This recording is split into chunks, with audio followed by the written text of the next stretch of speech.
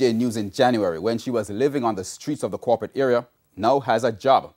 Jody came to national attention in January this year after TVJ News broke the story of the mother and her son who were sleeping on the streets of Crossroads in St. Andrew. Been assisted with expenses for transportation. She has been assisted with accommodation, and she is now employed. And there's an appeal this evening for the Prime Minister to adjust the curfew on Saturdays to prevent what some are describing as chaos in the major towns. Kalisha Williams was in Portmore, St. Catherine today, where scores of shoppers descended on retailers ahead of the weekend lockdown. It's month-end Friday, payday for many Jamaicans, and the day before Jamaica's first weekend lockdown. Those together, and the result is chaos. This is the Portmore Mall in St. Catherine, just minutes before the 12 o'clock closure of some businesses. 12 o'clock curfew tomorrow, that's ridiculous. More than do some, more don't have to spend so much. I spent over $20,000 a while ago. I'm going to spend 2 days ago, I spent 10. So I don't know.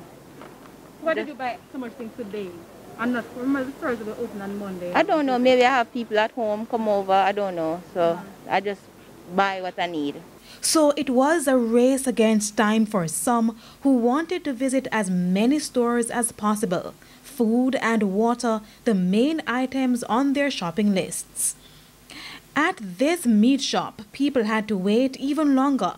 The small space inside meant long lines along the corridor. From about 11:30, started at where they back there, so I'm just right here still trying to get inside, but rough. And what made shoppers even more frustrated, many ATMs were down in the municipality. Of course, he could give us a little more time tomorrow to pick up some things, because I went to 3 NCB machines before I could get some money.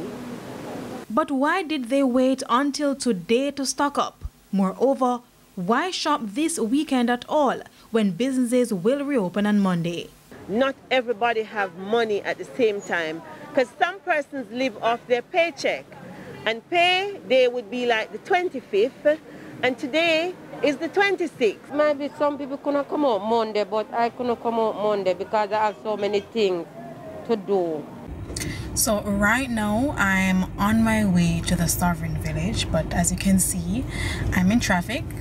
It was pretty much smooth sailing from the Portmore Mall, but as soon as I reached the intersection that would take you to Newlands, and popularly known as 20 route, then the gridlock started from there.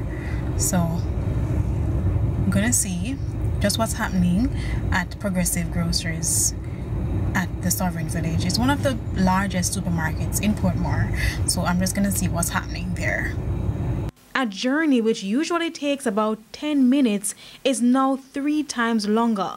Unruly drivers made things worse. Now, at the Sovereign Village in Portmore, it was about securing a parking spot. Only this water shop had a line when we arrived.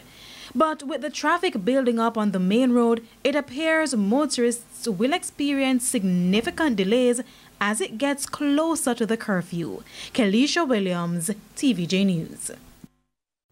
As the economic fallout from COVID-19 intensifies, Prime Minister Andrew Holness is urgently appealing to the international community for financial assistance.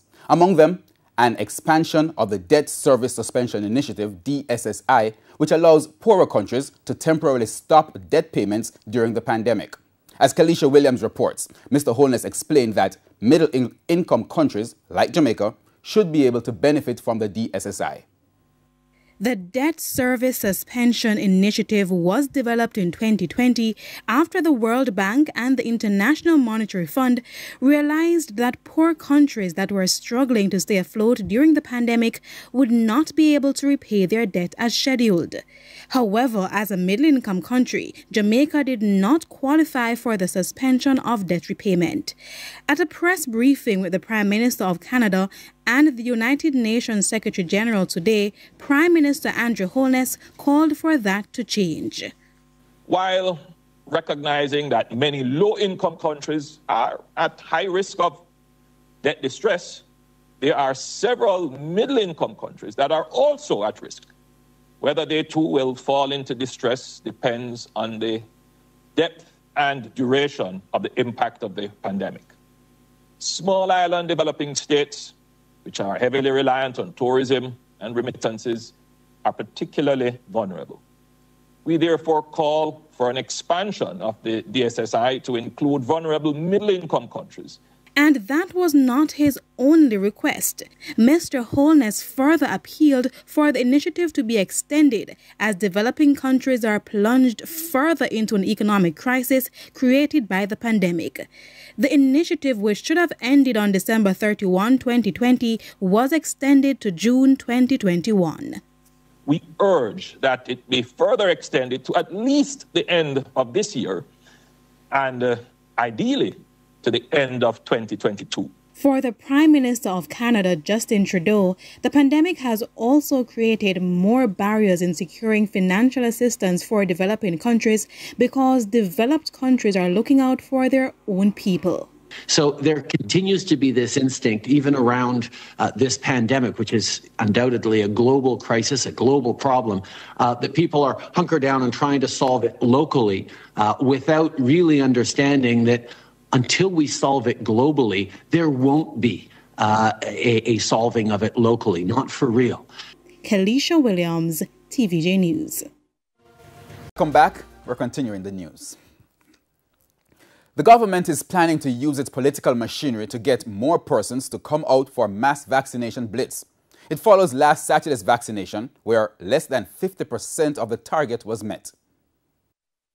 It's been 3 weeks of administering COVID-19 vaccines in Jamaica. So far, 37,508 persons have been inoculated. This is below the take-up the Health Ministry was anticipating, even for Saturday's mass vaccination at the National Arena. The target was 1,000. 662 persons registered, with only 447 showing up to be vaccinated. It's why the Health Minister told Parliament on Tuesday that there will be new measures to get people to come out.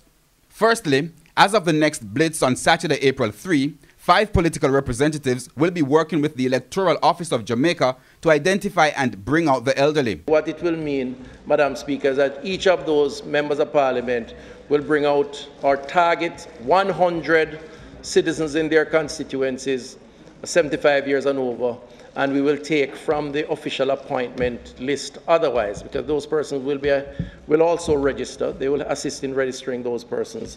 They will be assisted in terms of mobilization to take those persons out, and we will accommodate through the appointment system to ensure that we meet that target. Going forward, 25 vaccination sites will be set up across the country over the next 3 months, starting on April 9.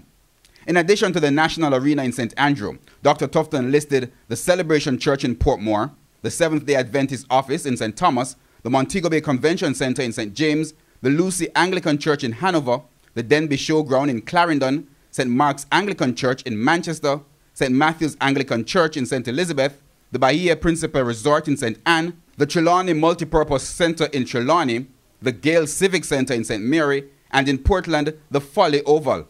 Despite the recent halt of AstraZeneca vaccine export from India, Dr. Tufton says more vaccines are expected soon, with more supply options being pursued. However, Dr. Tufton acknowledged that vaccine hesitancy continues to be a challenge. He is offering himself as proof of its safeness. I too have received, Madam Speaker, as you know, myself and many of us here, our first dose of the vaccine, and we are here standing to tell the tale. And I hope that that is interpreted nationally as a strong message that the vaccines are safe and represent a very important response to ending the significant threat that COVID